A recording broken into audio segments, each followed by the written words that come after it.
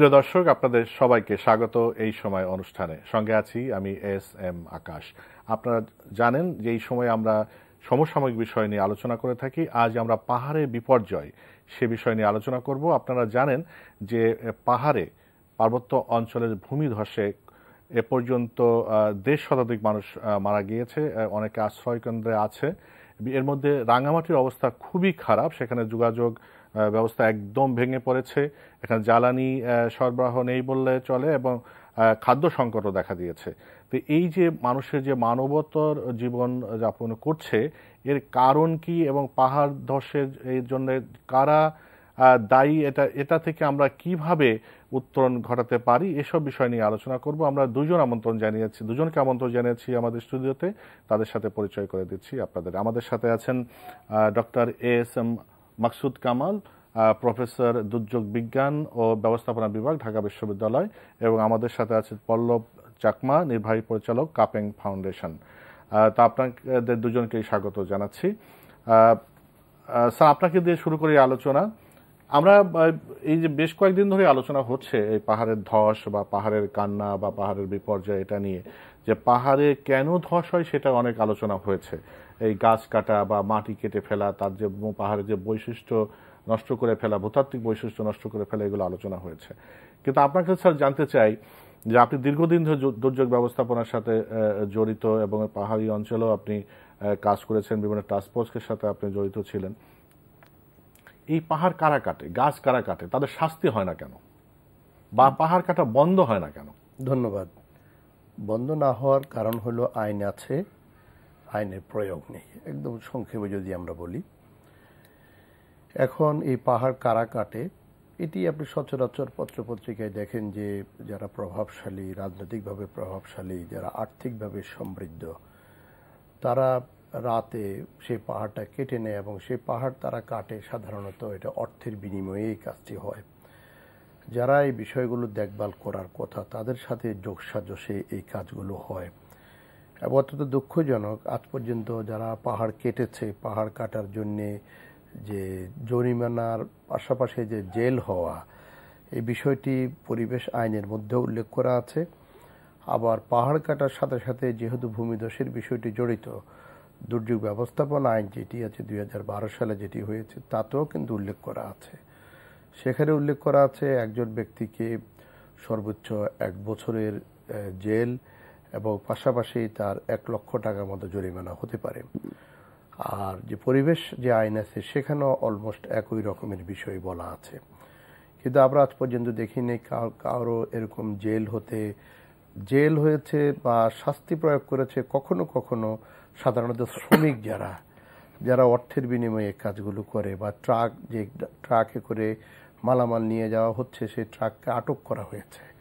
কিন্তু প্রকৃত অর্থে যারা এই পাহাড় কেটে ইট ভাটা তৈরি করছে, যারা পাহাড় কেটে অন্য জায়গায় ভরাট করে সমতল ভূমি করছে এবং আবাসের জন্য যারা ডেভেলপার যারা কাজ করছে, অথবা আপনারা জানেন যে চট্টগ্রামের অনেক পাহাড়ে বেসরকারিভাবে দেওয়া হয়েছে, বিভিন্ন ব্যক্তির মালিকানাধীন দেওয়া হয়েছে, তারাও সেখানে এই পাহাড় কেটে তাদের সেখানে আবাসস্থলের ব্যবস্থা করার জন্যে নিজস্ব সেখানে বিভিন্ন ধরনের সামার ক্যাম্প বা অন্যান্য ধরনের তারা আবাসস্থল করার জন্য সেখানে তারা এই কাজগুলো করছে। কিন্তু পরিবেশ আইনের প্রয়োগ না থাকার কারণে আইনটা প্রয়োগ হয় না কেন?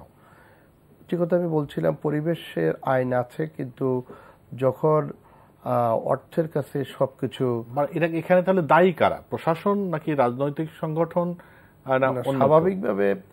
স্বাভাবিকভাবে যারা দেখাশোনা করার কথা, সেই দায়িত্ব প্রশাসনিক বিভিন্ন সংস্থা আছে, পরিবেশ অধিদপ্তর আছে, তাদের দায়িত্ব আছে, জেলা প্রশাসন আছে, তাদের দায়িত্ব আছে। এইভাবে সকলেরই কিন্তু দায়িত্ব সেখানে ব্যাখ্যা করা আছে কার কি দায়িত্ব। এই দায়িত্বটুকু যদি সঠিকভাবে পালন করা হতো তাহলে কিন্তু আজকের এই অবস্থা হতো না। পাশাপাশি রাজনৈতিক অঙ্গীকারেরও বিষয় আছে। পলিটিক্যাল কমিটমেন্ট যদি থাকতো তাহলে যেটা হতো, আপনারা জানেন যে 80-র দশক থেকে, বিশেষ করে জেনারেল এরশাদের সময় থেকে এই যে আমাদের চট্টগ্রামের বিভিন্ন পাহাড় ব্যক্তি মালিকানাধীন দেওয়া শুরু হয় এবং তখন থেকে ব্যাপকভাবে কিন্তু পাহাড় নিধন থেকে শুরু করে ধ্বংসযজ্ঞ তখন থেকে শুরু হয়। এবং সেটাও শুরু হয়েছে রাজনৈতিক ছত্রছায়ায়, কিন্তু সেটা শুরু হয়েছে। রাজনৈতিক ছত্রছায়ায় যখন কোনো কর্মকাণ্ড হয় তখন প্রশাসন সেখানে দুর্বল থাকে, প্রশাসন সেখানে হস্তক্ষেপ করতে পারে না। জি স্যার, বুঝতে পেরেছি। রাজনৈতিক হস্তক্ষেপ মূলত মূল কারণ, প্রশাসন সেখানে অসহায়। আমি একটু পল্লব চাকমা আপনার কাছে আসি। আপনি কাপেং ফাউন্ডেশনের নির্বাহী পরিচালক। কাপেং ফাউন্ডেশন মানে মানবাধিকার সংগঠন, এবং আপনার নিজের বাড়ি হচ্ছে রাঙামাটি, এবং যে রাঙামাটিতে এখন যেখানে ক্ষতিগ্রস্ত সবচেয়ে বেশি হয়েছে ভেদভেদী এলাকা, সেখানকার অধিবাসী আপনি। তো আপনারা পাহাড়ের যে বৈশিষ্ট্য, পাহাড়ে একটু আমাকে একটু বুঝায় বলেন যে এখন ক্ষতিগ্রস্ত বা ত্রাণ তৎপরতা কি হচ্ছে, এটা আপনার কাছে একটু পরে আসবো। যে পাহাড়ে যে ইন্টারভেনশন যেটা হয়, আপনারা তো দীর্ঘদিন আপনাদের সেই অনেক পূর্বপুরুষ থেকে বসবাস করে আসছে, তো এরকম মৃত্যুর খবর তো আমরা কখনো শুনি না। পাহাড়েতে তো ঘরবাড়ি তৈরি করার আপনাদের একটা প্যাটার্ন আছে, এখানে সেই ইন্টারভেনশনগুলো কিভাবে হয়? ধন্যবাদ। আপনি হয়তো জানেন যে পার্বত্য অঞ্চলে পাহাড়ি মানুষ বংশ পরম্পরায় যুগ যুগ ধরে বসবাস করে আসছে, এবং প্রকৃতিকে, বনকে, পাহাড়কে কোনো রকম ক্ষতি না করে আমরা আমাদের জীবনযাত্রা অতিবাহিত করে আসছি। আমরা যে ঘর তৈরি করি, আপনি হয়তো জানেন যে মাচাংঘর, আমরা পাহাড় কোদাল দিয়ে পাহাড় না কেটে, পাহাড়ের কোনো রকম ক্ষতি না করে বাঁশের অথবা গাছের আমরা দিয়ে সাপোর্ট দিয়ে আমরা এগুলো করি। আপনি হয়তো যাবেন, হয়তো যখন বৃষ্টি পড়বে, বৃষ্টি পানি আমাদের বাড়ির নিচ দিয়ে বয়ে চলে যাবে, আমরা ওই পানি নিচে নেমে যাওয়ার ক্ষেত্রে আমরা কোনো বাধা সৃষ্টি করি না, যার কারণে স্বাভাবিকভাবে পানি তার গতিতে চলে যাবে, আমরা কোনো বাধা সৃষ্টি করছি না। যেহেতু আমরা মাটি সমান করে অথবা মাটি কেটে পাহাড় সমান করে করি না। কিন্তু এই আমাদের সময়ের সাথে সাথে আমরা আগে যেরকম আমরা নিজেদের এলাকায়, নিজেদের অঞ্চলে আমরা যেভাবে স্বাধীনভাবে নিজের সংস্কৃতির কৃষ্টির সাথে মিলিয়ে আমরা থাকতে পারতাম, কিন্তু ধীরে ধীরে কিন্তু সেই প্যাটার্ন পরিবর্তন হয়েছে। আপনারা জানেন 1960 সালের 60 দশকে যখন কাপ্তাই বাঁধ নির্মাণ করা হয়, তখন প্রায় লক্ষাধিক মানুষ উদ্বাস্তু হয়। তখন কিন্তু এখন যে রাঙামাটি শহরটা আমরা দেখি, এটা কিন্তু আসলে একটা পাহাড় ছিল। পরবর্তী যখন বাঁধ দেওয়া হয়, পাহাড়িদের জনপদ যখন পানির নিচে তলিয়ে যায়, সেই পাহাড়ি উদ্বাস্তু জলের নিচে যাদের সমৃদ্ধ জনপদ ডুবে যায়, এই পাহাড়ি মানুষটা কিন্তু উদ্বাস্তু হয়ে এই পাহাড়গুলোতে আশ্রয় নিয়েছিল। এবং তখন কিন্তু এই ধরনের পাহাড়গুলোতে কিন্তু একটু চাপ বেড়ে, জনগণের চাপ বেড়ে যায়, এবং সেই চাপ প্রাথমিকভাবে যদিও কোনো চলতো, কিন্তু ধীরে ধীরে যখন আপনি হয়তো জানেন যে রাজনৈতিক উদ্দেশ্যে 70-এর মাঝামাঝি দশকে, 70 দশকের মাঝামাঝি সময়ে যখন রাজনৈতিক উদ্দেশ্যে ওখানে বাঙালি পুনর্বাসন করা হয়, জেনারেল জিয়াউর রহমানের আমলে, পরবর্তীতে এরশাদের সরকারের আমলেও যে বসতি ছিল, মানে তারপরে তো কন্টিনিউ হয়েছে। এই যে আমাদের জনগণের চাপ বেড়েছে, কিন্তু পাহাড় তো আর বাড়ে নাই। তো যেগুলোতে পাহাড়কে ক্ষতি না করে যারা বসবাস করতো, আমরা পাহাড়ি মানুষ করতো, কিন্তু অতিরিক্ত যে জনসংখ্যার চাপ যখন চলে গেল, তাহলে কিন্তু তারা কোথায় বসবাস করছে? তারা কিন্তু পাহাড়ে বসবাস করছে, এবং পাহাড় কেটে, কারণ সমতল অঞ্চলে যারা যায় তারা তো ওই বৈশিষ্ট্য বা পাহাড়ে থাকার জানে না। বুঝতে পেরেছি। আপনার কাছে আবার আসবো। স্যার, আপনার কাছে যদি একটু বলেন যে এখন আমরা পাহাড় তো অলরেডি অনেক কেটে ফেলেছি, এখন অনেক ভূতত্ত্ব বৈশিষ্ট্য অনেক নষ্ট হয়ে গেছে ইতিমধ্যে, তো এখনো যা বৈশিষ্ট্য আছে তা রক্ষা করার জন্য কি করতে হবে? ধন্যবাদ। অ্যাকচুয়ালি উনি যে কথাটি বলেছে খুবই তাৎপর্যপূর্ণ। সেটি হলো, যখন ওই যে এই জেনারেল জিয়া বা জেনারেল এরশাদ এইসবের যখন পাহাড়টিতে যখন ইন্টারভেনশনটা হয়, সেই ইন্টারভেনশন অনিবার্য ছিল কিনা সেটা আমি বলতে পারবো না। তবে তখনও কিন্তু যারা সেখানে গিয়েছে, তাদের পাহাড়ি মানুষ কিভাবে সেখানে বসবাস করে, তাদের ঘরগুলো কেমন, তারা যখন পাহাড়ে পানি নিয়ে আসে, কোথার থেকে নিয়ে আসে, কত দূর গিয়ে তারা কত কষ্ট করে তারা পানিটা নিয়ে আসে, এবং তারা নিজস্ব জায়গাটাকে কিভাবে সংরক্ষণ করছে, এই ধরনের ধ্যান ধারণা দিয়ে যদি সমতলের মানুষকে সেখানে থাকতে দেওয়া হতো, তাহলে কিন্তু আজকের এই বিপর্যয়টি হতো না। এখন যে অবস্থায় পাহাড় চলে এসছে, তাতে করে এই মানুষকে সেখানে থাকতে দেওয়াই হলো বিপজ্জনক। তাদের জন্য সবচেয়ে বড় উপায় হলো তাদেরকে নিরাপদ স্থানে আবাসস্থলটা করে দেওয়া, অর্থাৎ পুনর্বাসনের ব্যবস্থা করা। সেই পুনর্বাসন পাহাড়ের পাদদেশেও কিন্তু সমতল ভূমি আছে কিংবা অন্য জায়গায় নিয়েও এদেরকে পুনর্বাসন করা যেতে পারে, বিশেষ করে যারা ঝুঁকিপূর্ণ এলাকায় বসবাস করে। এই ঝুঁকিপূর্ণ এলাকাগুলো অলরেডি চিহ্নিত করা হয়েছে। গত বছরেই দুর্যোগ ব্যবস্থাপনা অধিদপ্তর একটি প্রকল্প থেকে কোন কোন জায়গায় কাজগুলো হতে পারে, ভূমিধস হতে পারে, সেগুলো কিন্তু চিহ্নিত করা হয়েছে। প্রথম কাজ হলো পুনর্বাসন। দ্বিতীয় কাজ হলো যে জায়গায় জনবসতি এমনভাবে হয়ে গেছে শহর এলাকায়, যে জায়গাতে জনগণকে আর সরানো সম্ভব না, সেই জায়গায় যে পাহাড়গুলো আছে সেখানে রিটেনশন ওয়াল দেওয়া। সেই জায়গায় ওই যেটি বলা হয়েছে টাস্ক ফোর্সের রিপোর্টে 36টি সুপারিশ করা হয়েছে, সে 36টি সুপারিশ মধ্যে কিন্তু পুনর্বাসন আছে। সেখানে আছে যে পাহাড়ের গায়ে গাছপালা লাগানো, পাহাড়ে রিটেনশন ওয়াল দেওয়া, পাহাড়ি জনগণের মধ্যে সচেতনতা, অথবা যারা পাদদেশে বসবাস করে, পাহাড়ের বা স্লোপে বসবাস করে, তাদেরকে বৃষ্টিপাত হলে সরিয়ে নেওয়ার জন্য সেখানে দুর্যোগ ব্যবস্থাপনা কমিটি গঠন করে সেই কমিটির মাধ্যমে তাদেরকে সচেতন করা। এইভাবে যাতে করে এই দুর্যোগটিকে ঠেকানো যায় সেজন্য 36টি সুপারিশ করা হয়েছে 2007 সালে। 2007 সালের কথা বলছি। 2007 সালে যখন চট্টগ্রামে 127 জন চট্টগ্রামে মারা যায়। তবে এবছর যে ঘটনাটি ঘটেছে, এই বছর প্রত্যন্ত অঞ্চলে কিন্তু হয়েছে দুর্যোগ, এবং প্রত্যন্ত অঞ্চলে দুর্যোগ হওয়ার কারণটা হলো উনি কিছুক্ষণ আগে যেটি বলেছিলেন যে প্রথম মানুষ যখন পাহাড়ে যায় তখন তো মোটামুটি চলছিল, পাহাড়কে ব্যবহার করছে, কিন্তু পাহাড় সেভাবে রেসপন্স করে নেই। এখন আস্তে আস্তে এমন একটি পর্যায়ে এসছে যখন চাপ বেড়ে গেছে, তখন পাহাড় সে চাপ আর সইতে পারে না। এই পর্যায়ে আপনি যদি সেখানে রিটেনশন ওয়াল দেন, অন্য যা কিছু করেন, সেটি কিন্তু আর সম্ভব হয়ে উঠবে না।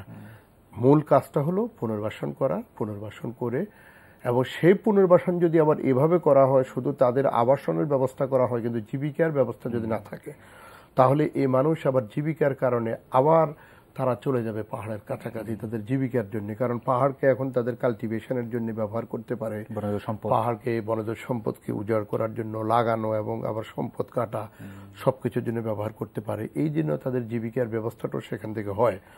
2007 সালে কিছু লোককে পাহাড়ি অঞ্চল, চট্টগ্রামের পাহাড়ের পাদদেশে যারা বসবাস করত, তাদেরকে সরিয়ে নিয়ে কালুরঘাট যে ব্রিজটা আছে, ব্রিজের পরে কিন্তু তাদেরকে পুনর্বাসনের ব্যবস্থা করা হয়েছিল। এই মানুষগুলো যেহেতু সেখান থেকে আবার চট্টগ্রাম আসতে 30 টাকা এবং যেতে আবার 30 টাকার মধ্যে খরচ হয়, তো তাদের যে রোজগার হতো তার সম পরিমাণ অর্থ খরচে হয়ে যেত, যে জন্য ওরা আবার পাহাড়ের এখানে চলে আসছে। এখানে তারা অল্প পয়সায় থাকতে পারে, তাদের স্বামী স্ত্রী দুজনেই কাজ করতে পারে, সেই জন্য তারা এখানে এসে তারা আশ্রয় নিতে এবং সন্তানরা তারা লেখাপড়া করতে পারে। মানে বিষয়টাকে আরো গভীরভাবে, এটা আরো গভীরভাবে যদি না দেখা হয়, একে হালকাভাবে যদি দেখা হয়, তাহলে সাময়িকভাবে যদি দেখা হয়, সাময়িক তাৎক্ষণিকভাবে যদি, এটাকে একটু সাময়িক পরিকল্পনা একটি করার প্রয়োজন আছে। সাময়িক পরিকল্পনার মধ্যে আছে যেটি আমি বলছিলাম যে স্থানীয় জনগোষ্ঠীর মাধ্যমে সচেতনতা বৃদ্ধি করা, কারণ পুনর্বাসনের জন্য একটু সময় নেবে। সরকার সে ধরনের জায়গা চিহ্নিত করে সেখানে কি ধরনের ঘর বাড়ি ওদের জন্য করতে হবে সেটাও কিন্তু সরকারকে ব্যবস্থা নিতে হবে। তো সেগুলোর জন্য একটা দীর্ঘমেয়াদী পরিকল্পনা। আপনার কাছে স্যার আবার আসবো, আমি একটু পল্লব চাপা আপনার কাছে আসে। স্যার যেগুলো বললেন আপনিও সেইগুলো মনে করেন কিনা। আরেকটা প্রশ্ন হলো যে এখন আমরা শুনছি যে সেখানে খাদ্য সংকট দেখা দিচ্ছে, জ্বালানি নাই, ত্রাণ সরবরাহ যথেষ্ট নাই, এবং পাহাড়ি বাঙালিদের থাকার একটা ব্যবস্থা,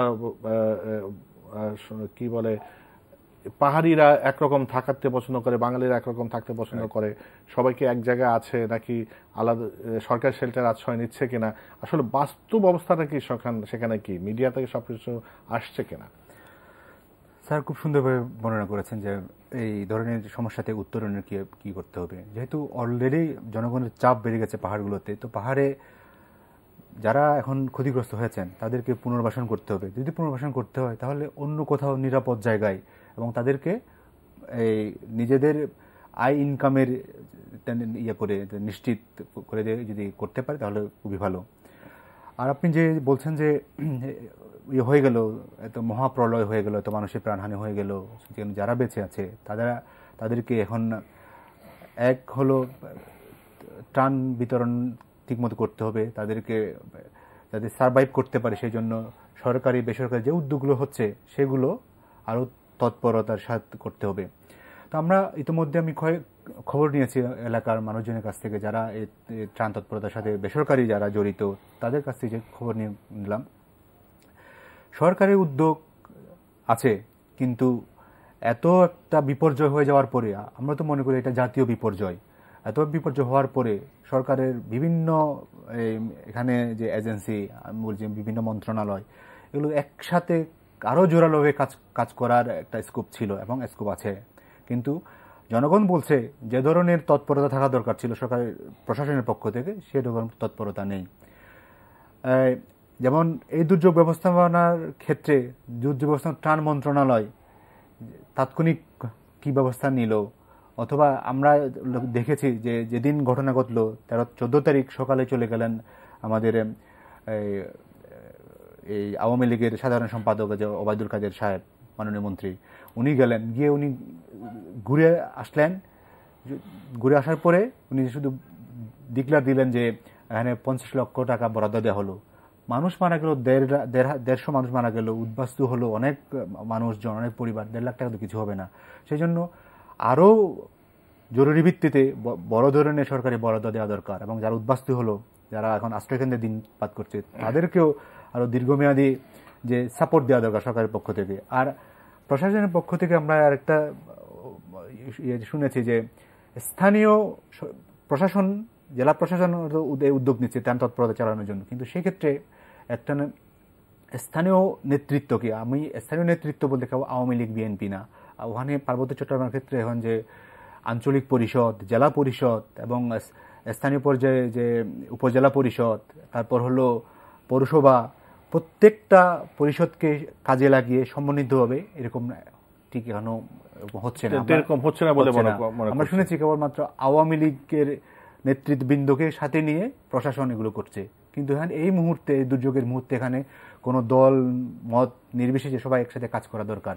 আমরা মনে করি যে, আমি শুনেছি যে এবার পাহাড়ি মানুষ, সরকার 16টা আশ্রয়কেন্দ্র তৈরি এখানে করেছে, কিন্তু ওই 16টার মধ্যে সরকারের যে ওখানে শুধু কয়েকটাতে পাহাড়ি মানুষরা যাচ্ছেন, যারা ঝুঁকিপূর্ণ অবস্থায় আছেন, কারণ তারা মানে এখনো কমফোর্টেবল না, মানে আশ্রয়কেন্দ্র থাকা, বাঙালিদের সাথে একসাথে থাকা, তারা কমফোর্টেবল না। সেই জন্য তারা করছে কি, সরকার ঘোষণা যে 16টা কেন্দ্র ঘোষণা করেছে, এর বাইরেও আরও কিছু কিছু বেসরকারি উদ্যোগ, যেমন হলো তার পাড়ার মধ্যে একটা বৌদ্ধ মন্দির আছে, সবাই গিয়ে বৌদ্ধ মন্দির আশ্রয় নিচ্ছে, কিন্তু বৌদ্ধ মন্দিরটা আবার সরকার ঘোষিত যে 16টা আশ্রয়কেন্দ্রের মধ্যে পড়ে না, যার কারণে বৌদ্ধ মন্দিরে যেসব মানুষ আশ্রয় নিয়েছে ত্রাণ যাচ্ছে না। আমি বুঝতে পেরেছি স্যার। ওই পল্লব চাকমা যেগুলো বললেন যে এটা দুর্যোগ ব্যবস্থাপনায়, তো সাধারণ বুদ্ধিতে আমি যেটা বুঝি, আপনি ভালো বলবেন, যে তখন তো সংশ্লিষ্ট যারা থাকে, হয়তো যে মহল্লা যে নেতা, উপজেলা যে নেতা, যদি কোনো বিশেষ জনগোষ্ঠী থাকে, সেই জনগোষ্ঠীর নেতা সবাইকে সংশ্লিষ্ট করেই তো করার কথা। পল্লব যেটা বললো, পল্লব তো সেখানকার ছেলে, খুব সমন্বয় বোধহয় একটু ঘাটতে আছে বলছে। আপনি তাহলে আপনাকে দিয়ে শেষ করার সময় বেশি নাই, আপনি এখন তাহলে শর্ট টার্ম সাময়িকভাবে এই দুর্যোগ থেকে বাঁচার জন্য কি করতে হবে, বা যা করা আছে তা যথেষ্ট কিনা? সাময়িকভাবে তো যেটি হলো সেটি তো ইতিমধ্যে ত্রাণ তৎপরতা শুরু হয়েছে, কিন্তু পল্লব যেটি বলল যে কোঅর্ডিনেশন, আমার যেটা মনে হয়, আমরা দেখেছি যে সাইক্লোন, বন্যা দুর্যোগে আমাদের সমন্বয়ের খুব একটা অভাব হয় না, কিন্তু এই যে ভূমিধস দুর্যোগ, এটি সরকারের থেকেও যে সংস্থাসমূহ আছে ভূমিধস দুর্যোগের ক্ষেত্রে, সেই প্রস্তুতিটি কিন্তু করণীয়টা কি সরকারের সংস্থাসমূহ সেভাবে ছিল না, এই জন্যে প্রস্তুত ছিল না। আমার যেটি মনে হয় সেটি হলো, যেহেতু এই দুর্যোগ 2007 সালে বড় আকারে এসছে, তখন শহরে ছিল, এবার এই দুর্যোগটি একদম মফস্বলে, একদম ইন্টেরিয়রেতে হয়ে গেছে, যে কারণে ইন্টেরিয়র যে আমাদের যে ইউনিয়ন যোগাযোগ ব্যবস্থা ভেঙে পড়েছে, সেখানে যে স্থানীয় জনগোষ্ঠী আছে, সেটা পাহাড়ি আছে, সেখানে আবার সমতল ভূমির মানুষ সেখানে গিয়েছে, সেখানে আবার বিভিন্ন ইউনিয়নের চেয়ারম্যান যারা নির্বাচিত হয়, কেউ পাহাড়ি হয়, কেউ সমতল ভূমির হয়, সেখানে যে একটা কোহারেন্স, যেটি আমি বলবো, সেটি এই জেনারেলি সেটার অভাব হয়তো বা থাকতে পারে। তার পাশাপাশি দুর্যোগের সময় যে সকল মানুষকে এগিয়ে আসা, আমাদের দেশের যে কালচার, সেখানে মানুষ স্ক্যাটার্ডলি বসবাস করে পাহাড়ি এরিয়াতে। 2-3টি পাহাড়ি এরিয়া সম্ভবত জনগোষ্ঠী 2 লাখের সামান্য বেশি, এরকম বেশি হবে স্যার 3টি পাহাড়ি ডিস্ট্রিক্টে। যাই হোক, তো 8 লাখের মতো 8 লাখের মতো, হ্যাঁ। তো এই যে মানুষগুলো কিন্তু 1/10 এরিয়া অফ দ্য কান্ট্রি, এখানে একটা বিস্তৃত এরিয়ায় পার স্কোয়ার কিলোমিটারের জনগোষ্ঠী হলো 100। আমার সমতলে যেভাবে সমাধানটা চিন্তা করা হয় কিন্তু ওইভাবে চিন্তা করলে হবে না, কিন্তু ওইভাবে চিন্তা করলে হবে না, সেখানের চিন্তা ভাবনা ভিন্নভাবে করতে হবে। তো এই দুর্যোগটি আমাদের চোখ খুলে দিয়েছে। আশা করি সামনের দিনগুলোতে আমাদের এখন যে তাৎক্ষণিকভাবে ত্রাণ তৎপরতা, তাৎক্ষণিকভাবে হলো এদেরকে সমতল ভূমি থেকে নিয়ে এদেরকে এখন অন্য কোথাও আশ্রয় দেওয়া, কারণ বৃষ্টি এখনো চলছে, এরা যে আবার ওখানে ফিরে যাবে কাজটি করা কিন্তু ঠিক হবে না, বৃষ্টি এখনো চলছে। দীর্ঘমেয়াদী তাদের পুনর্বাসনের ব্যবস্থা করা, জীবন এবং জীবিকা এ দুটোকেই আমাদের করতে হবে। আর সবচেয়ে বড় কথা হলো পাহাড়ের উপর যে নির্যাতন বা পাহাড় যে কাটা থেকে শুরু করে বিভিন্ন বহুমাত্রিক পাহাড়ের গায়ে আঘাত আসছে, সে আঘাতগুলো বন্ধ করার ব্যবস্থা গ্রহণ করতে হবে। সেই জন্য আইনের সঠিক প্রয়োগ যদি না হয় তাহলে এটা রাজনৈতিক কমিটমেন্ট, প্রশাসনিক যে ব্যবস্থা, এ দুটো সমান্তরালে না থাকলে আইন প্রয়োগ করা যাবে না। যে আপনাদের দুজনকে অনেক ধন্যবাদ, প্রফেসর ডক্টর মাকসুদ কামাল এবং পল্লব চাকমা, আপনাদের দুজনকে অনেক ধন্যবাদ। প্রিয় দর্শক, আপনাদেরকে অনেক ধন্যবাদ। আপনারা শুনলেন, দুজনে বললেন যে পাহাড়ের উপর যে নির্যাতন, পাহাড়কে যদি আমরা নির্যাতন করি, পাহাড়ের কান্না যদি আমরা না শুনতে পারি, তাহলে আমাদের নিজেদেরই কিন্তু কাঁদতে হবে, যেটা এখন আমাদের কাঁদতে হচ্ছে। আমাদের অনেকেই সেখানকার আত্মীয় স্বজন প্রাণ হারিয়েছেন এবং ভবিষ্যতে আরও যাতে বড় বিপর্যয়ের মুখোমুখি না হতে হয়, সেই জন্য যেটা দরকার, পাহাড়কে পাহাড়ের মতো থাকতে দেয়া, এবং এর জন্য দরকার রাজনৈতিক সদিচ্ছা এবং প্রশাসনের মাধ্যমে আইনের সঠিক প্রয়োগ করা, এবং এখন যারা ক্ষতিগ্রস্ত আছেন তাদেরকে পুনর্বাসনের ব্যবস্থা করা, বিশেষ করে টাস্ক ফোর্স যে কি করতে হবে সেটা তো বলাই আছে, সেইগুলো যাতে যথাযথ হয় সেই প্রত্যাশা করছি। আপনারা সবাই ভালো থাকবেন।